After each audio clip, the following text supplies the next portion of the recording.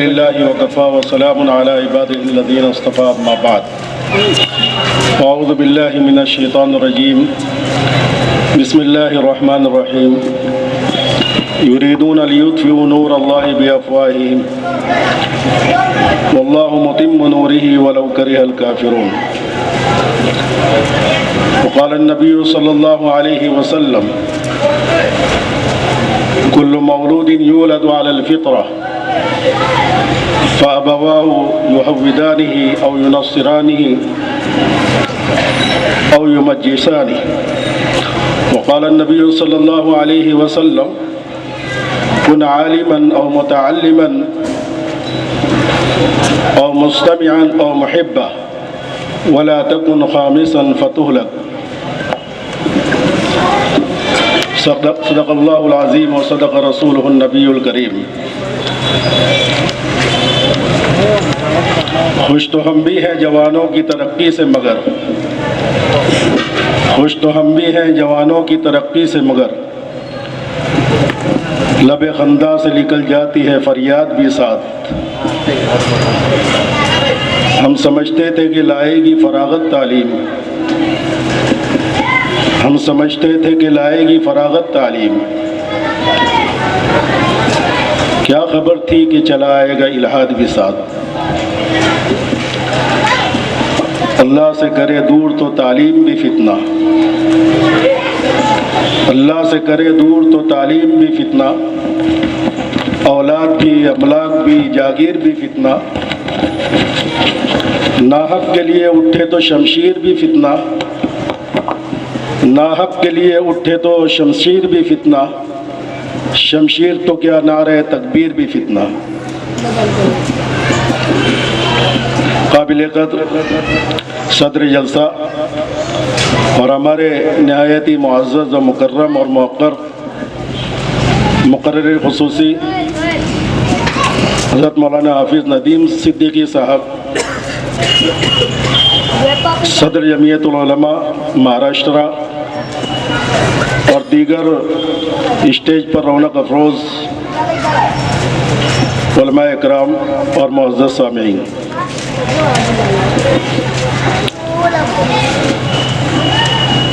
ناظم جلسہ کے ذریعے سے اور اعلانات کے ذریعے سے اس جلسے کو منعقد کرنے کا مقصد اور اس کی غرض و غایت اجمالی اور تفصیلی طور سے آپ حضرات کے سامنے آ ہی چکی ہے۔ اس موقع پر میں اپنی طرف سے اس جلسے کے منعقد کرنے کے اغراض و مقاصد کو نہ بیان کرتے ہوئے میں آپ حضرات کے سامنے پوری دنیا کے ایک بہت بڑے جہادینہ عالم دین حضرت مولانا علی میاں ندوی صاحب نور اللہ مرقدہ وبرد مسجعہ کے بیان کا وہ حصہ آپ حضرات کے سامنے رکھنا چاہتا ہوں جو آج کے ہمارے اس جلسے کے موضوع اور غرض غایت سے تعلق رکھتا ہے۔ جو کئی سالوں پہلے اہل علم کے مجمع میں انہوں نے اپنے اس خطاب کو کیا تھا، آج دیکھیں کہ آپ کی جو پیشین گوئیاں اس موقع پر اس خطاب کے اندر کی گئی تھی، کیا وہ ہمارے سامنے سچی ہوتی ہوئی نظر نہیں آ رہی ہے؟ آپ دیکھیں کہ اس بیان کا ایک ایک لفظ، ایک ایک جملہ، اس کے اندر کی بیان کی ہوئی ایک ایک حقیقت دور اندیشی اور بصیرت کی تنویر میں نہائی ہوئی نظر آتی ہے۔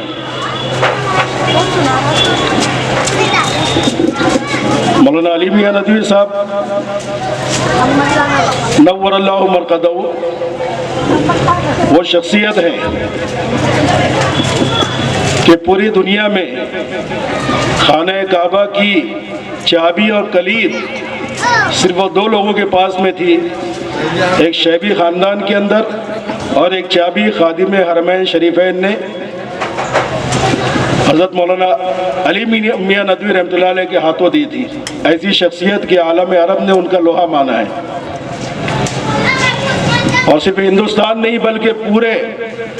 عالم اسلام پر ان کی نگاہیں بڑی گہری تھی. ایک جہاں عالم تھے جنہوں نے دنیا کے تقریباً اکثر ملکوں کے سفر کیے اور وہاں کے حالات اپنی آنکھوں سے دیکھے. اس موقع پر انہوں نے جو خطاب کیا اس کا ایک قطعہ ہے, اس کا ایک اقتباس میں آپ حضرات کے سامنے اس لیے پیش کر رہا ہوں کہ وہ آج کے موجودہ حالات کے عین موافق ہیں. اس وقت جو حالات ہماری اس ملک پر, ہماری اس سرزمین پر مسلمانوں کے حوالے سے بگڑتے جا رہے ہیں, ناگفتہ ہوتے جا رہے ہیں, خاص طور سے مدارس اسلامیہ جو دین کی حفاظت کے قلعے ہیں ان کی طرف جو میلی آنکھیں اٹھ رہی ہیں, اور حکومتی سطح پر جس طریقے سے مسلمانوں کے وجود اور ان کے تشخص, ان کے نظریات, ان کی آئیڈیالوجی کو اس روئے زمین سے, اس سرزمین ہند سے ختم کرنے کی سازشوں کا جال بنا جا رہا ہے, یہ ہمارے دور اندیش علماء اکرام نے اپنی تجربہ کار نگاہوں سے برسوں پہلے دیکھ لیا تھا. حضرت نے کہا کہ ایک اہم چیز جس کی طرف میں آپ لوگوں کی توجہ دلانا چاہتا ہوں وہ دینی مکاتب کا قیام ہے. معاف کیجئے, حضرت فرماتے کہ معاف کیجئے, میں اس وقت عربی مدارس کی افادیت کا اتنا قائل نہیں ہوں, بڑے بڑے مدارس کے فائدے کا اتنا قائل نہیں ہوں کہ یہ بڑے بڑے مدارس جہاں بخاری شریف تک تعلیم ہو رہی ہو, جہاں سیاہ ستہ کی تکمیل ہو رہی ہو. ضروری نہیں کہ یہ مدارس ہر دیہات میں ہو, ہر قصبے میں ہو, اور ہر جگہ دورہ حدیث شریف کی تعلیم ہو, اور ختم بخاری ہر جگہ ضرور ختم ہو. لیکن ان مکاتب کی ضرورت زیادہ ہے, یعنی مسلمانوں کو دین کی مبادیات, دین کی بنیادی باتیں اور دین کی ابتدائی باتوں سے واقف کرانا اور اردو زبان کی حفاظت کرنا اور حلال و حرام سے واقفیت حاصل کرنا, اور اس سے بڑھ کر کفر و ایمان کا امتیاز امت مسلمہ کو حاصل ہو جاوے. پھر فرماتے ہیں کہ ہم یہاں بیٹھے ہوئے ہیں, لیکن حال یہ ہے کہ ہندوستان تیزی کے ساتھ بدل رہا ہے, ہندوستان تیزی کے ساتھ تبدیل ہو رہا ہے, ہر چیز کو نیشنلائز کیا جا رہا ہے. یونیورسٹیوں کی باری آ گئی, مسلم یونیورسٹی کی باری آ گئی, خدا نہ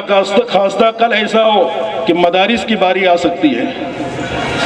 مدارس پر ان کی میلی نگاہیں اٹھ سکتی ہیں. تو اس کے لیے آپ حضرات مکاتب کا جال بچھا دیجئے اور مساجد کو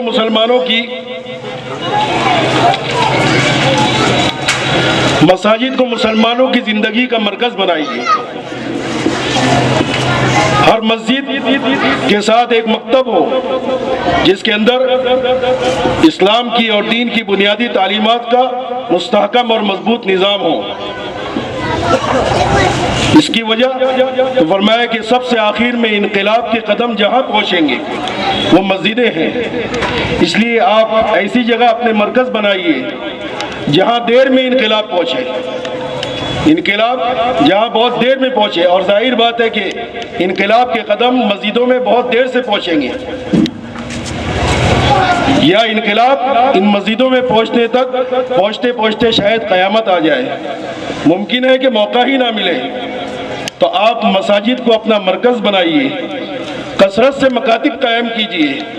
اور بالکل اس کی پرواہ نہ کیجئے. یہ خطاب اہل علموں کے درمیان میں ہو رہا ہے, یہ خطاب سیاہ ستہ کے فارغین کے درمیان میں ہو رہا ہے, اور فرماتے ہیں کہ بالکل اس کی پرواہ نہ کیجئے کہ آپ نے مدرسے میں یہ پڑھا تھا, آپ نے مدرسے میں وہ پڑھا تھا, آپ نے مدرسے میں بڑی بڑی تفسیر کی کتابیں پڑھی تھی, آپ نے سیاہ ستہ کی تکمیل کی تھی, آپ نے مدرسے میں وہ علوم و معارف پڑھے تھے, اور یہاں اب انجمن میں مکتب میں بیٹھ کر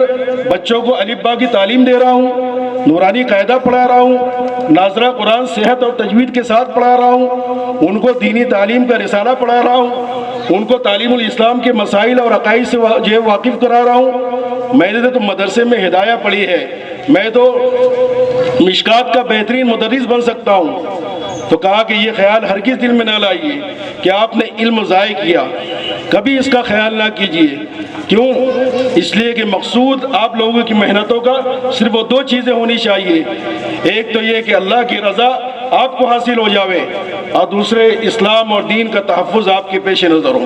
یہ دو آپ کا مقصود ہو کہ اللہ کس طریقے سے راضی ہو جائے اور اس سرزمین ہند میں اسلام کس طریقے سے محفوظ ہو جائے۔ یہ وہ کلمات ہے جو جہادیدہ شخصیت نے کئی سالوں پہلے اہل علموں کے مجمع میں ارشاد فرمایا تھا۔ قابل قدر ہندوستان کی آزادی سے پہلے سن 1857 میں شاملی کے میدان میں ہمارے علماء نے جو انگریزوں کے خلاف جنگ لڑی ہے اور اس میں ان کو شکست ہوئی ہے، جس کے امام اور امیر حضرت حاجی امداد اللہ مہاجر مکی رحمۃ اللہ علیہ تھے، مولانا رشید احمد گنگوہی رحمۃ اللہ علیہ، حافظ ضامن شہید جو اسی مارکے کے اندر شہید ہوئے۔ اس جنگ میں شکست کھانے کے بعد آزادی کی جنگ کے پیچھے ہمارے اکابرین کا مقصد دو چیزیں تھیں، ایک تو یہ کہ سرزمین ہند میں اسلام محفوظ ہو جائے اور اسلامی نظام کی حفاظت، جس کو ہم نظام خلافت کہتے ہیں۔ ہمارے اکابرین نے جو جنگ آزادی کے اندر اپنے جان مال کی جو بازی لگائی ہے، مقصود صرف یہ تھا کہ انگریزوں نے جو اسلامی نظام کو ختم کیا تھا، دوبارہ از سر نو اسلامی نظام اور اسلامی خلافت ہندوستان کی سرزمین پر قائم ہوں۔ تو دو چیزیں مقصود تھی، ایک اسلام کی حفاظت، دوسرے اسلامی نظام کو تو نہ بچا سکے لیکن انہوں نے اسلام کو اس سرزمین کے اوپر بچا لیا۔ اسلام کی حفاظت اس سرزمین پر کر لی، اور اس کا راستہ انہوں نے یہ کیا کہ اس جنگ میں شکست کھانے کے بعد انہوں نے پورے ہندوستان کی سرزمین پر مدارس و مکاتب کا وہ جال بچھایا ہے کہ جس جال کے ذریعے سے برسوں تک کے لیے اسلام کے شجر طوبہ اور اس کے باراور درختوں کی حفاظت کی گارنٹی انہوں نے دے دیا، اور آج ہندوستان کی سرزمین پہ جو بھی اسلامی نظام اور اسلامی تشخص اور اسلامی تہذیب جو نظر آ رہا ہے وہ الحمدللہ دوسرے ان ممالک کی بنسبت قابل رشک ہے اور قابل شکر ہے اور قابل فخر ہے، جہاں حکومت اسلام کے نام پر چل رہی ہے۔ آج ہمارے پاس میں اسلامی نظام نہیں ہے، لیکن آج ہندوستان کا مسلمان جس آزادی کے ساتھ اپنے مذہب پر عمل کر رہا ہے اور جو کام ہندوستان کی سرزمین سے اسلام کی حفاظت کا ہوا ہے، اور یہاں کے مدارس نے جو کارنامے علمی دنیا میں اور اسلام کی حفاظت کے حوالے سے جو انجام دیے، میرے محترم دوستو، یہ ہمارے اکابرین کی ان قربانیوں کا نتیجہ ہے، اور اس کی مثال دنیا کو کوئی ملک، یہاں تک کہ اسلام کے نام پر چلنے والے ملک، اسلامی نظام کی بنیاد پر چلنے والے ملک کو بھی اس کی مثال پیش نہیں کر سکتے۔ یہ برکت ہے ان مکاتب کی، یہ برکت ہے انہی مدارس کی۔ میرے محترم دوستو، ان الزمان قد استدار کاہیت یوم، کہ آج زمانہ گھوم پھر کر یہ کہہ سکتے ہیں کہ اسی حیت پر آ چکا ہے۔ آج مسلمانوں کے وجود کا بھی خطرہ ہے۔ آج ہم کو جنگ لڑنی ہے ہمارے اسلام کو بچانے کے لیے، اپنے تشخص، اپنے فکر و نظر، اپنے عقائد اور اپنی آئیڈیالوجی کو بچانے کی جنگ لڑنی ہے۔ ایک تو ہمارا وجود باقی رہے، اس کی جنگ لڑنی ہے۔ دوسری جنگ جو لڑنی ہے، ہماری آئیڈیالوجی، ہمارے اسلامی عقائد، ہمارے جو ہے دینی نظریات، یہ کس طریقے سے محفوظ رہے۔ دوستو، اس کے لیے ہم کو پھر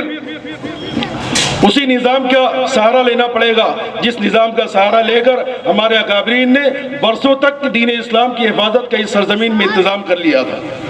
آج کا یہ جلسہ آپ حضرات سے یہی گزارش کرتا ہے، آپ حضرات کی خدمت میں یہی سفارش پیش کرتا ہے کہ خدا را مکاتب کے نظام کی اہمیت کو سمجھے، اپنے علاقوں کے مکاتب کو مضبوط اور مستحکم بنانے کی فکر کریں، اس لیے کہ اس وقت 2020 میں حکومت ہند کی طرف سے جو نئی تعلیمی پالیسی پیش کی گئی ہے، جب ہمارے اکابرین کے سامنے نئی تعلیمی پالیسی آئی تو انہوں نے اس کا بغور مطالعہ کرنے کے بعد یہ کہا کہ یہ تعلیمی پالیسی اگر ملکوں کے اندر اور اس کے اسکولوں کے اندر نافذ ہو جاتی ہے تو ہم کو ہماری نسلوں کے ایمان اور اسلام کی حفاظت کرنی مشکل ہو جائے گی۔ اس نئی تعلیمی پالیسی ایسے نکات پر مبنی ہے، ایسی بنیادوں پر مبنی ہے جس سے ہمارے نونہال بچوں کا ذہن، ان کی فکر یہ شرکیہ رسموں سے مانوس ہوتی ہے، جیسا کہ کچھ اشارہ ابھی ناظم جلسہ نے بھی آپ کو کیا۔ ہندوستان کی آزادی کے بعد جب حضرت مولانا ابوالکلام آزاد رحمۃ اللہ علیہ وزیر تعلیم بنے، اس وقت انہوں نے جو نصاب تعلیم مرتب کیا تھا اس کی بنیادیں بڑی مضبوط تھی، اس کی بنیادیں ایسی تھی، اس کا نصاب ایسا تھا، وہ نظام تعلیم اور نصاب تعلیم ایسا تھا کہ جس کو پڑھنے کے بعد اس کی بنیاد اتحاد پر تھی، مساوات پر تھی، مذہب کی آزادی پر تھی کہ ہر شخص اپنے مذہب کے عمل کرنے کے معاملے میں آزاد ہے۔ اور ہندوستان اپنی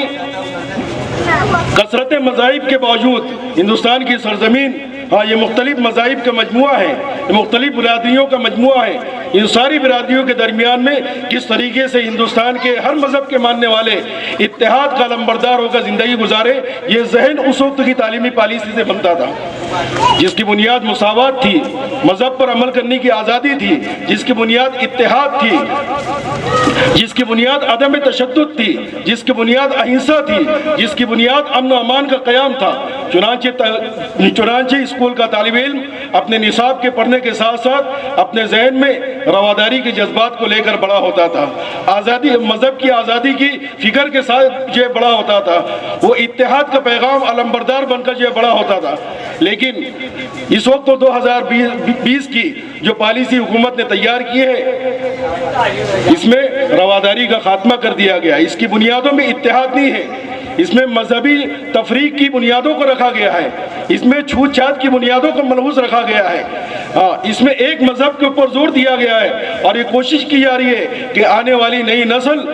اس تعلیم کے نتیجے میں ایک خاص مذہب کی فکروں کے اندر رنگ جاوے، ان کا ذہن، ان کا دماغ، ان کی سوچ، ان کا نظریہ ایک مخصوص ہندوستان کے مذہب کے رنگ میں رکھ جاوے۔ میرے محترم دوستو، اس موقع پر اس تفصیل کا وقت نہیں ہے کہ وہ کیا نکات ہے، وہ کیا نظریات ہے، اور وہ کیا رسومات ہے جن رسومات کو اس نئی تعلیمی پالیسی کے اندر حکومت کی طرف سے شامل کیا گیا۔ لیکن میرے محترم دوستو، اس کے مقابل میں ہم کو اس کا علاج جو کرنا ہے، اس کا جو مقابلہ کرنا ہے، اس کا مقابلہ اس اعتبار سے کرنا ہے کہ ہمارے مدارس الحمدللہ جو بڑے مدارس ہیں، یا دور حدیث تک تعلیم ہوتی ہے، عربی زبان کی تعلیم ہوتی ہے، وہ الحمدللہ کسی حد تک قابل اطمینان ہے، اس کی طرف کسی حد تک توجہ دی جاتی ہے، لوگ اس کی تعاون کی طرف دامے، درہمے، قدمے، سخنے ہاتھ بڑھاتے ہیں۔ لیکن ہمارے علاقوں کے اندر ہمارے مکاتب، یہ قرآن کے چھوٹے چھوٹے مکاتب، یہ بہت قابل رحم حالت میں زندگی گزار رہے ہیں۔ ہماری آج کی جلسے، آج کی اس پروگرام کا پیغام یہی ہے کہ ہم یہاں سے جو اپنے علاقوں میں اثر و رسوخ رکھنے والے احباب ہیں، جو مساجد کے ٹرسٹیان ہیں اور چھوٹے چھوٹے مکاتب کے ذمہ داران ہیں، وہ اپنے مکتب کے نظام کی طرف بھرپور توجہ دیں۔ یہ ہمارے بچوں کے مستقبل کی حفاظت کے ضامن ہیں یہ مکاتب، کیونکہ ہر بچہ ان مکاتب سے فارغ ہونے کے بعد بڑے اداروں میں داخلہ نہیں لیتا ہے، ہر بچہ دارالعلوم دیوبند نہیں جاتا ہے، سراج العلوم نہیں جاتا ہے، مدرسہ فلاح دارین نہیں جاتا ہے، بلکہ بہت کم فیصدی ان طلبہ کی تعداد جو ہے بڑے مدارس میں آتی ہے۔ اب یہ 4-5 سال جو ہمارے ان بچوں کے ان مکتب کے اندر مل رہے ہیں، ہم ایسا نظام بنائیں ہمارے مکاتب کا کہ ان مکاتب میں ناظرہ قرآن صحت کے ساتھ پڑھ کر، تجوید کے ساتھ پڑھ کر، یہ مبادیات اسلام یعنی دین کی بنیادی باتیں، جس میں خاص طور سے عقائد کے اعتبار سے ایسی تعلیم ہو کہ وہ تعلیم ان کے ذہنوں کو عقائد کے اعتبار سے ایسا پختہ اور مضبوط بنا دے کہ دنیا کی کوئی قیمت ان کے عقائد کا سودا نہ کر سکے۔ اس کے لیے ہمارے بڑوں نے برسوں پہلے نصاب مرتب کیا تھا کہ دینی تعلیم کا رسالہ،